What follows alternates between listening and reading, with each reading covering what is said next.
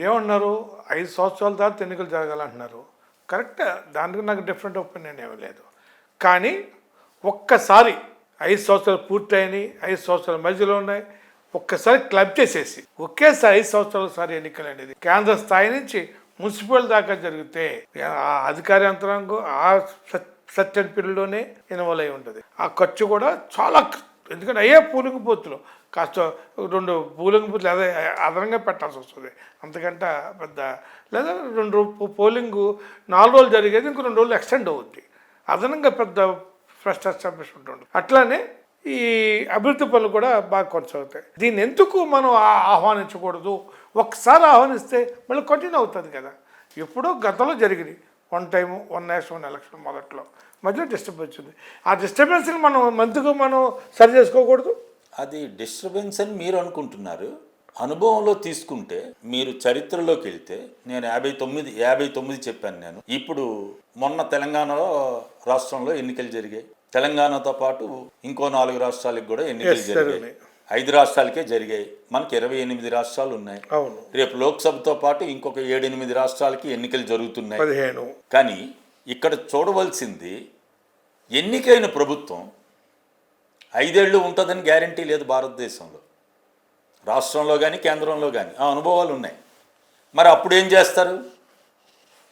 ఇది జరిగింది 70 ఏళ్ళలో జనతా ప్రభుత్వం ఏర్పడినప్పుడు వాళ్ళకి మెజారిటీ తగ్గి ఇంకోటి అయ్యి విడిపోయి మొత్తానికి మళ్ళీ 3 ఏళ్లకే దేశవ్యాప్తంగా ఎన్నికలు వచ్చాయి.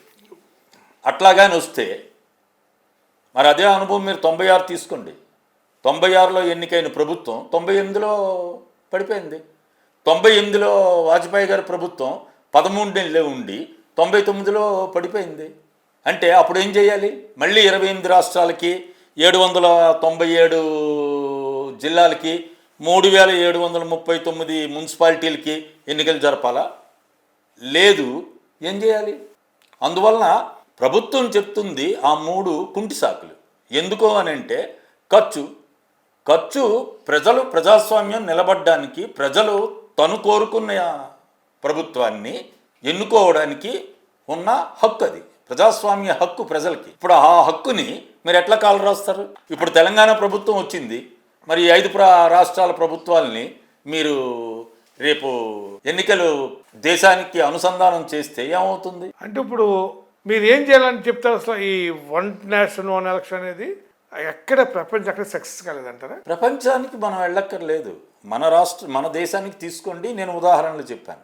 రెండోది, మీకు కావాల్సింది ఎన్నికలు దేనికోసం జరుగుతున్నాయి? 5 ఏళ్ళు కాలపరిమితి ఎందుకు పెట్టారు అంటే 5 ఏళ్లలో ఆ ప్రభుత్వం, ప్రజలు ఎన్నుకోబడిన ప్రభుత్వం 5 ఏళ్లలో వాళ్ళు ఇచ్చిన హామీల్ని నెరవేర్చేయా లేదా? వాళ్ళు ప్రజలకి అనుకూలంగా ప్రజల కోసం పనిచేస్తున్నారా లేదా? లేదు అప్రజాస్వామికంగా ఉంటే మళ్ళీ 5 ఏళ్ల తర్వాత ప్రజలు కొత్త ప్రభుత్వాన్ని ఎన్నుకునే హక్కు ఉంది. అది రాష్ట్రాలకు కూడా అంతే. ఎందుకంటే మనది యూనియన్ ఆఫ్ గవర్నమెంట్, అంటే రాష్ట్రాల ద్వారా కేంద్రం సమాఖ్యగా అంతే తప్ప. అందుకే మనది ఫెడరల్ స్టేట్ అంటాం. Federal state. మరి ఫెడరల్ స్టేట్లో మన రాజ్యాంగంలో పొందుపరిచినప్పుడు ఇప్పుడు ఒక రాష్ట్రం కోసం దేశ ఎన్నికలు పెట్టలేం. దేశ ఎన్నికలతో పాటు కొన్ని రాష్ట్రాల తాలూకా అసెంబ్లీస్ని అయితే కాలపరిమితి తగ్గించడం 5 ఏళ్లలోపు మీరు చెప్పిన దాని ప్రకారం అయితే, లేదు 5 ఏళ్ళు దాటి పెట్టడం. ఈ 2 ఆ రాష్ట్రాల్లో ఉన్న ప్రజలు వాళ్ళు కోరుకున్నట్టు రాజ్యాంగంలో ఉన్న నిబంధన ప్రకారం వాళ్ళ ప్రజాస్వామిక హక్కే పోతుంది. అంటే ఇప్పుడు మాజీ రాష్ట్రపతి రామ్నాథ్ కోవింద్ అధ్యక్షుడిగా ఏదో కమిటీ ఏర్పాటు చేశారు 1 నేషన్. అంటే మోడీ ప్రభుత్వం కానీ లేదా కేంద్ర ప్రభుత్వం అనాలోచితంగా ఈ ఇష్యూని రామ్నాథ్ కోవింద్ మాజీ రాష్ట్రపతి నాయకులు కమిటీని వేసిందంటారా మీరు? అనాలోచితం కాదు, వాళ్ళు చాలా పకడ్బందీగానే ఉన్నారు. అందులో ఇప్పుడున్న ప్రభుత్వం కేంద్రంలో మొత్తం అంతా కేంద్రీకృతం చేయాలన్నదే వాళ్ళ ఆలోచనే అది. అందువలన ఇదేదో అనాలోచితంగా తీసుకొచ్చారని చెప్పలే. కానీ 2018లోనే ఇది ఆలోచన చేశారు. 2018లోనే ఆలోచన చేసి లా కమిషన్కి అప్పచెప్పారు. ఇప్పుడు మనం 2024లో ఉన్నాం. ఇంకా లా కమిషన్ దాని మీద ఒక రిపోర్ట్ని కేంద్రానికి సబ్మిట్ చేయలే.